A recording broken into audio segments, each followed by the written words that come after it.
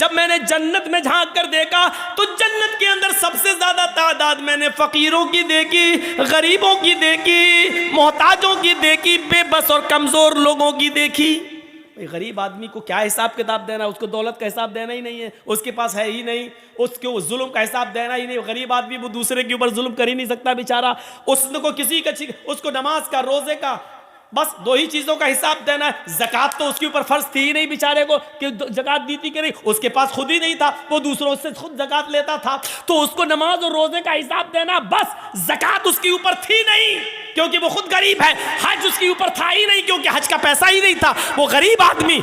इसलिए फरमाया कि गरीब आदमियों को जन्नत में इसलिए देखा क्योंकि वो उनका हिसाब किताब जल्दी हो गया और वो बेचारे अपने हिसाब किताब में फंसे ही नहीं क्योंकि ज़कात उन पे थी नहीं और हज उन पे था ही नहीं, कलमा पहले से पढ़े हुए थे, नमाज और रोजे के हिसाब में कामयाब हो गए और उनको जन्नत में दाखिल कर दिया। लेकिन अमीरों को मैंने जन्नत में कम देखा क्योंकि अमीर कभी ज़कात के मामले में फंस गए, डालो जहन्नम में। हज साहिब इस्तिताअत है लेकिन हज नहीं किया, डालो जहन्नम के अंदर। बहुत बड़ा गुनाह है साहिब इस्तिताअत होकर भी हज न करना।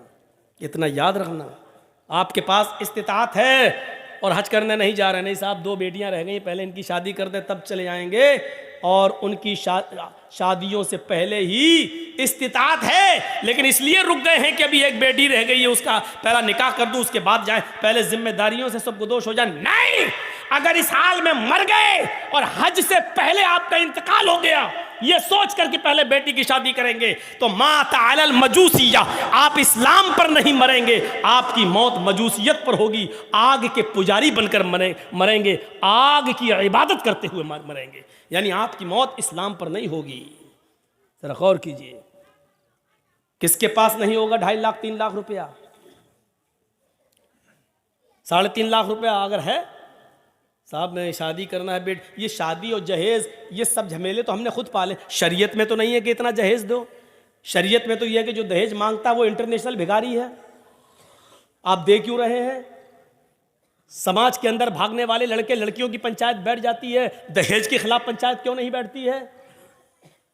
साहब हमारे गांव में कोई आदमी दहेज देगा अपनी लड़की को तो उस पर भी एक्शन लिया जाएगा, कोई आदमी अगर जहेज लेगा तो उस पर भी एक्शन लिया जाए। क्यों नहीं होती है पंचायतें? क्यों नहीं होती पंचायतें? सिर्फ चंद चीजों की आप बैठकें करेंगे। हमने किसी को मारा, आप सरदार साहब फैसला करेंगे गांव के, क्यों मारा, चलो तुम इसको मारो या इतना पेनाल्टी दो।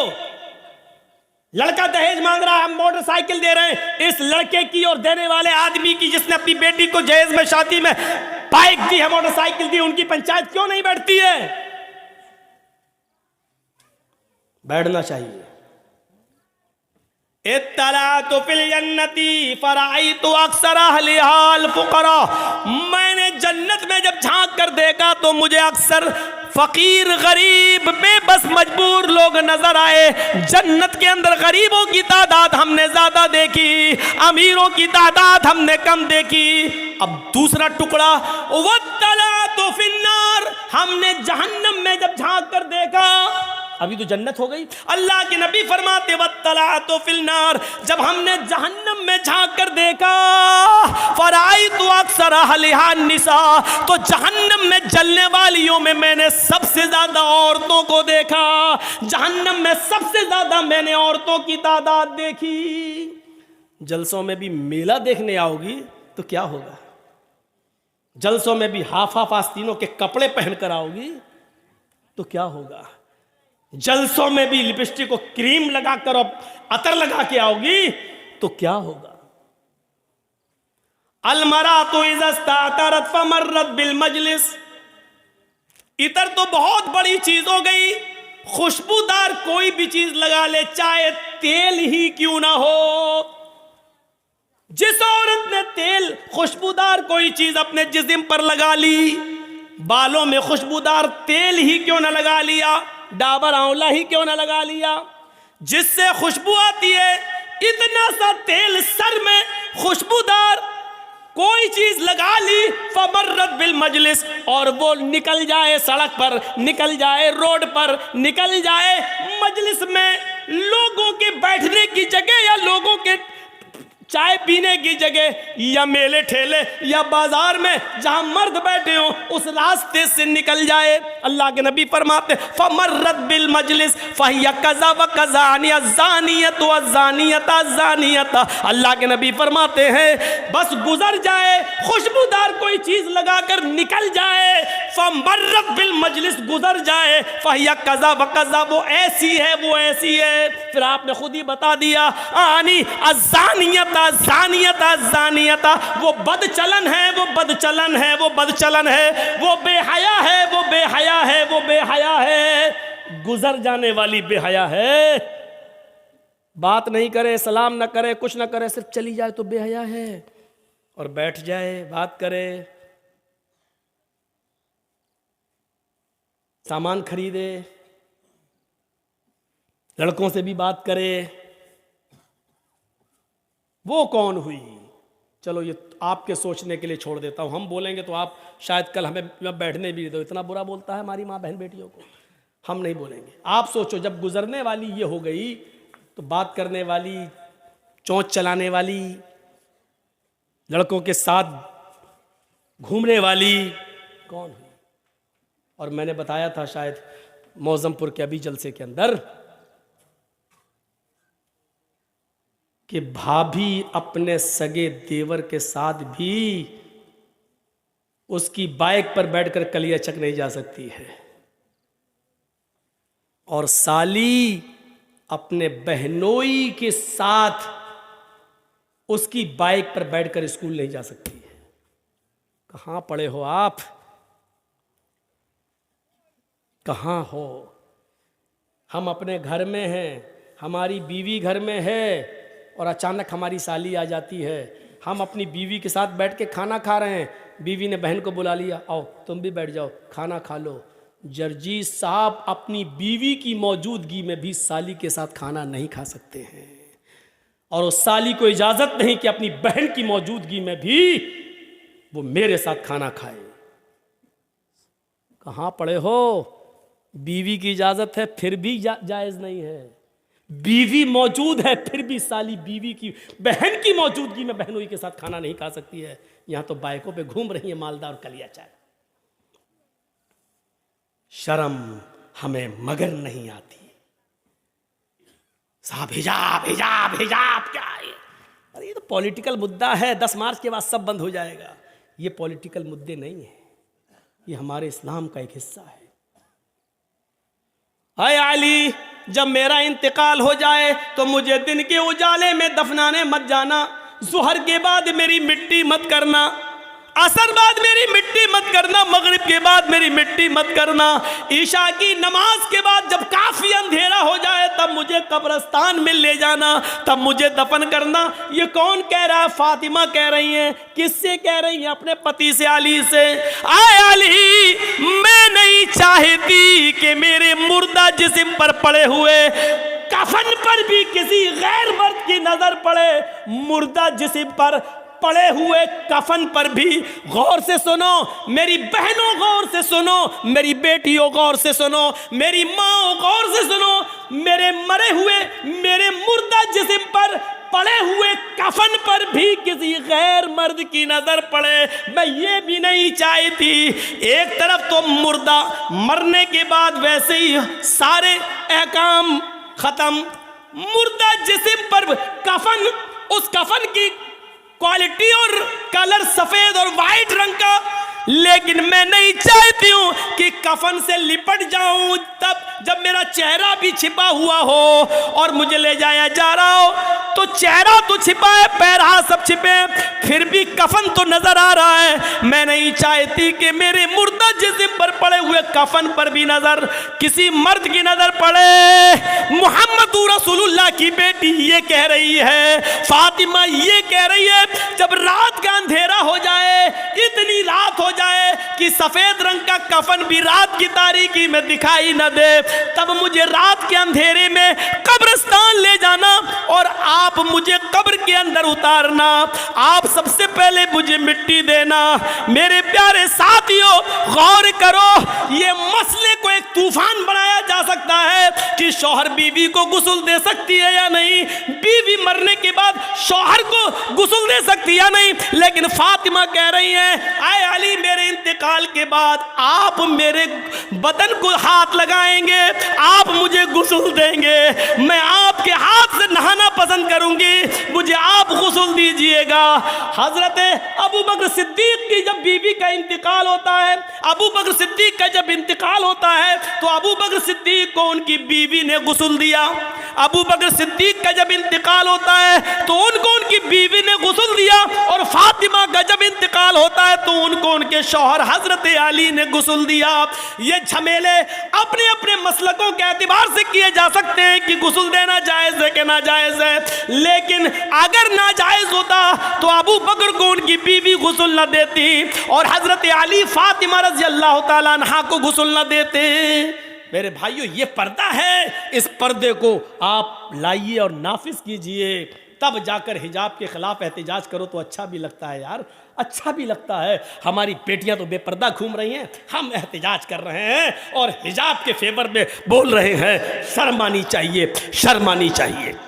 ऐसे ही वो छोटे छोटे बच्चे 2 साल 3 साल 5 साल के हैं, या पैदा होते ही जो मर गए, माँ बाप को बड़ा दुख होता है। ओह, 4 लड़कियों के बाद एक बेटा मिला और वो भी 2 साल की उम्र में चला गया, 3 साल की उम्र में चला गया, 4 साल की उम्र में चला गया। क़यामत के दिन जिन्होंने अपने बच्चों के इंतकाल पर सब्र किया होगा, इन्ना लिल्लाहि व इन्ना इलैहि राजिऊन, और वावेला बचाकर नहीं रोए होंगे, ना माँ ना बाप, ऐसे बच्चे क़यामत के दिन अपने माँ बाप को जन्नत में ले जाएंगे। लहू सिगारुहुम दामीसुल जन्नह, जिन बच्चों की रूहें निकल जाती हैं वो रूहें जन्नत के अंदर बेरोको टोक घूमती रहती हैं, जहां चाहती जाती आती रहती हैं। क़यामत के दिन जब हिसाब किताब होगा तो अल्लाह ताला इन बच्चों के माँ बाप को, जिनके माँ बाप ने गुनाह किए होंगे, उनको जहन्नम में जाने का फरमान सादिर कर देगा, जाओ इनको जहन्नम में फेंक दो।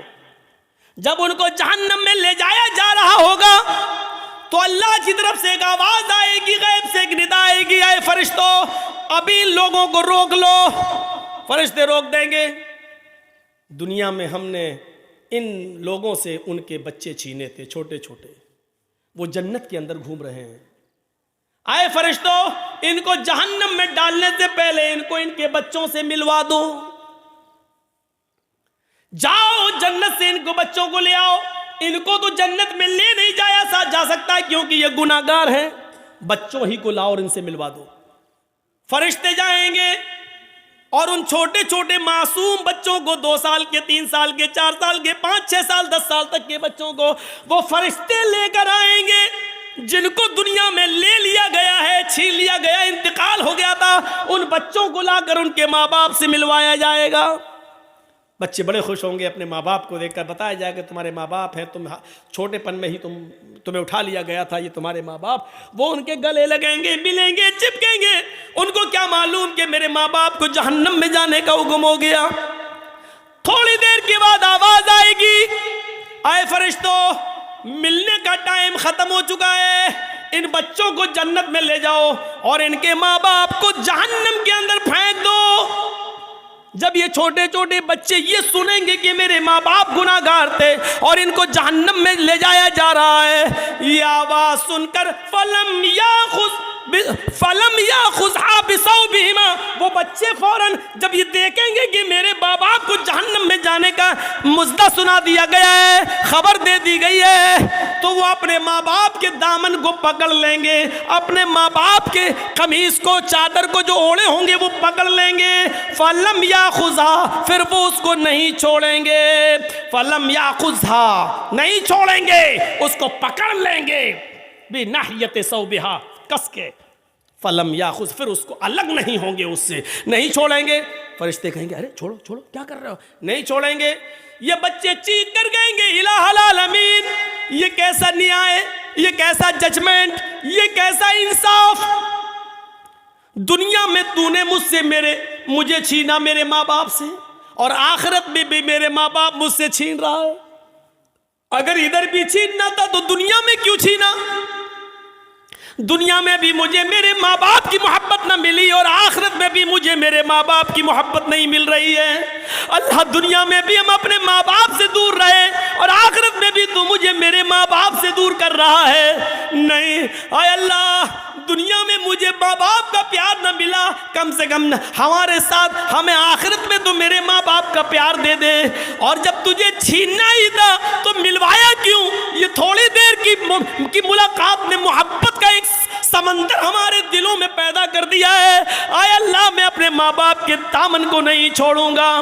अल्लाह रब्बुल आलमीन की गैरत जोश में आएगी, पुकार कर कहेगा, ए फरिश्तों, मैंने इन मासूम बच्चों की आरज़ू पूरी कर दी, मैंने इनकी तमन्ना पूरी कर दी, मैंने इनकी ख्वाहिश पूरी कर दी। जाओ, आए छोटे छोटे बच्चों, अपने माँ बाप की उंगली पकड़ो और उनको जन्नत के अंदर ले जाओ। जाओ, मैंने तुम्हारी वजह से तुम्हारे माँ बाप को माफ कर दिया है, इनकी मग़फ़िरत कर दी है। जाओ, आए बच्चों, इनकी उंगली पकड़ो और तुम खुद अपने माँ बाप को जन्नत में ले जाओ। ये सुनते ही वो बच्चे अपने माँ बाप से चिपक जाएंगे और वो बच्चे अपने माँ बाप को पकड़कर उनकी उंगली उनको जन्नत के अंदर ले जाएंगे। तो छोटे छोटे बच्चे अपने माँ बाप को जन्नत में ले जाने का जरिया हैं, अगर उनका इंतकाल हो जाए और माँ बाप ने उनके इंतकाल पर सब्र किया हो तो। और चीख, भाई अब ये खिलौना कौन चलाएगा? ये जो रोती है बयान कर करके, उन औरतों को जन्नत नहीं मिलेगी उस दिन भी, सब्र करने वालियों को जन्नत मिलेगी। मैंने आपका टाइम 2 घंटे से ज़्यादा ले लिया है। मेरे भाइयों, हम अल्लाह से दुआ करते हैं कि बार अल्लाह जन्नत में ले जाने वाले जो अमाल हैं वो हमें करने की तौफीक अता फरमा, हमारे लिए जन्नत में जाने का रास्ता आसान बना दे। बार अल्लाह, जब तक तो हमें ज़िंदा रख, इस्लाम पर ज़िंदा रखना, और जब हमारा ख़ात्मा हो तो ईमान पर हमारा ख़ात्मा फरमाना। वमा अलैना इल्लल बलागुल मुबीन व आखिरु दावाना अनिल हम्दुलिल्लाहि रब्बिल आलमीन। अस्सलामु अलैकुम व रहमतुल्लाहि व बरकातुहू।